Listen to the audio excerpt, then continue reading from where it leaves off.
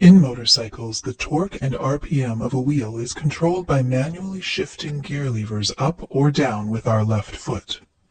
Motorcycle gearbox comprises of a series of different gear steps, which can be switched according to the requirement.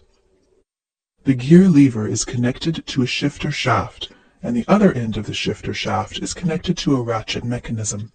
This ratchet mechanism activates as shown in the animation.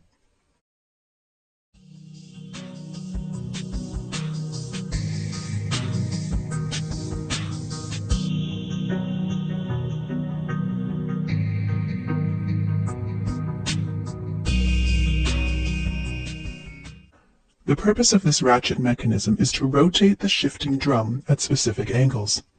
The shifting drum has special shaped channels cut into it. Special attachments known as shifting forks fit into these channels. Gears known as gear dogs or dog clutches fit into these shifting forks. As the shifting drum rotates, the shifting fork, along with gear dogs, slides sideways as shown in the animation.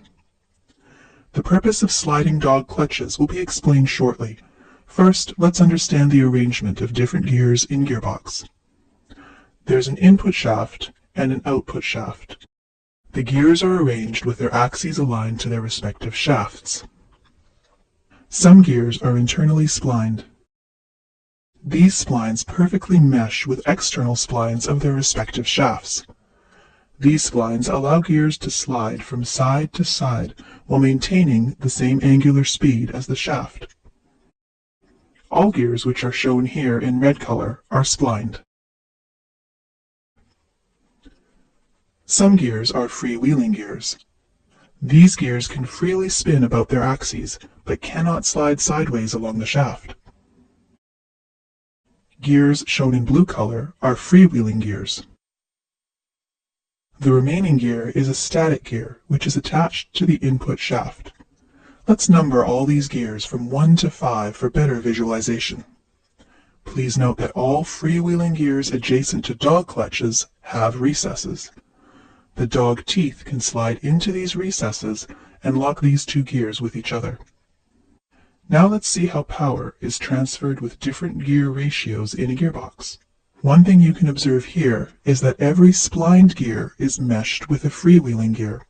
In this condition, if we spin the input shaft, no power has transferred to the output shaft. This is the neutral position of the motorcycle.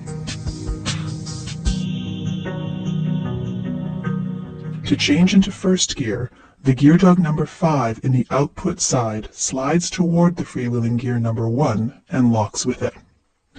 Since the gear number 5 is splined, the output shaft will now spin with this gear. This is the first gear. When we change to second gear, the gear dog number 5 in output shaft returns to neutral position, and gear dog number 4 slides toward number 2 gear and locks with it. The technique is similar when we shift to third gear.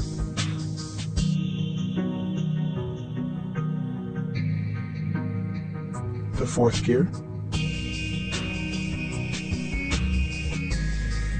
and the fifth gear. Please note here that before shifting from one gear to the other, the previously locked gear dog returns to neutral position first.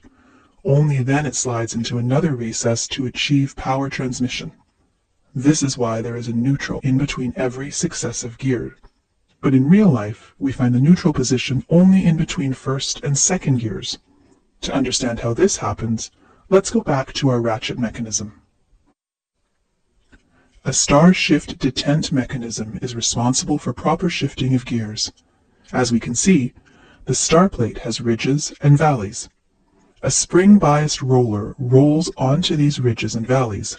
The position of the roller at each ridge of the star corresponds to neutral condition. As we can visualize, the roller cannot rest on the ridges of the star and immediately disposes to the appropriate valley, preventing the shifting drum to stop at neutral position. But one of the ridges of this plate is ground off, as we can see here. This is done in between first and second gears so that the roller can briefly rest on this ground off surface.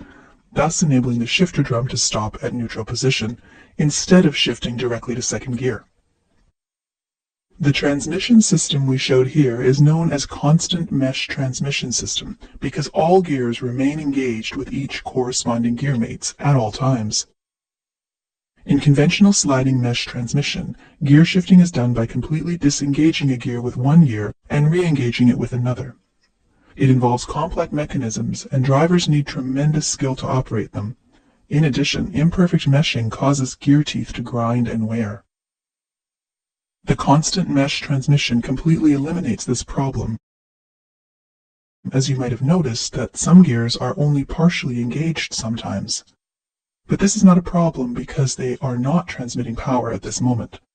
Only those gears which are transmitting power need to be fully engaged at that instant. We hope you learned something today. Thanks for watching.